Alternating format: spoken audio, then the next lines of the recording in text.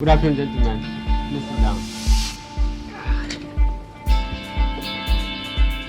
Punch newspaper's recent stance to henceforth refer to President Muhammadu Buhari by his military title, Major General, seems to have awoken the consciousness of many Nigerians to the fact that several actions of this government are mirroring a dictatorship.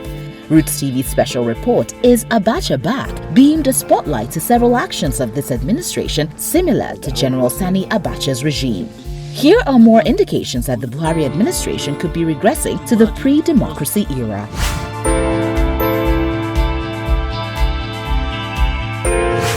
Though viral videos vividly showed gun-wielding operatives of the Department of State Security Service re-arresting Revolution Now convener Omoyele Sowore at the Federal High Court Abuja, the DSS vehemently denied this. DSS spokesperson Peter Afonanya defended his agency, saying, "Our personnel were never at any time involved in the incident. In actual fact, it was his people who seized him." This is similar to Sani Abacha's handling of the attempted assassination of pro-democracy activist Chief Abraham Adesanya on January 14, 1997. General Abacha accused Adesanya of shooting himself on the streets of Lagos.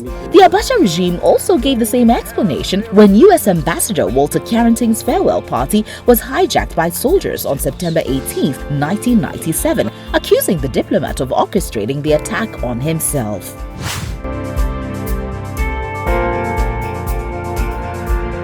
Abacha years were characterized by human rights abuses so severe it incurred the wrath of the international community following the regime's refusal to heed several warnings. The execution of the Ogoni 9 activist in 1995 led to Nigeria's 2-year suspension from the Commonwealth. Other countries such as the United States and members of the European Union tightened various non-economic sanctions. This administration seems to be treading along those paths, as Buhari's spokesman Femi Adesina recently warned the US, the UK and the EU to stop interfering in Nigeria's affairs following their report on Nigeria's high case of human rights abuses. This is often Nigeria's reaction to reports from the international community or foreign organizations such as Amnesty International and Transparency International when they release accounts that do not favor this administration.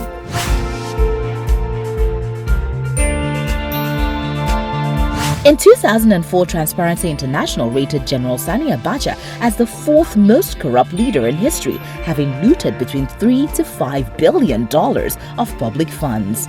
Though Buhari has never been indicted of looting public funds, critics do not believe he is indeed a man of integrity as advertised by his supporters. Buhari has been criticized for lopsided appointments which majorly favored people from the north. His close friends and family members are reportedly benefiting from public funds. For example, the First Lady recently revealed that the president's nephew Mamandara, an unelected official, resides in the villa. Also, in the past 5 years, Buhari's administration has been running a deficit budget of about 2 trillion naira yearly, which focuses more on running the government than providing development.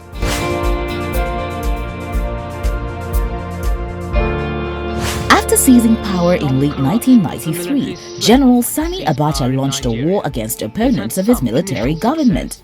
He banned political parties, prohibited government decrees from being challenged in courts, crushed labor unions and shut down nearly 20 newspapers. He arrested dozens of activists, killed scores of Nigerians in demonstrations and other violations. Most of these abuses have also been spotted in this administration. Buhari's war against corruption is seen as targeting only his opponents. Court orders are ignored.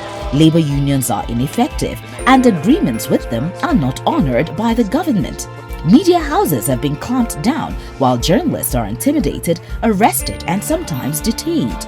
Activists such as Sowore and Deji Adeyanju have been arrested several times. Several protesters killed during the Islamic movement in Nigeria and indigenous people of Biafra protests. The 2018 invasion of the National Assembly and the DSS storming of the Federal High Court to re-arrest Sowore show this administration's disregard for other arms of government.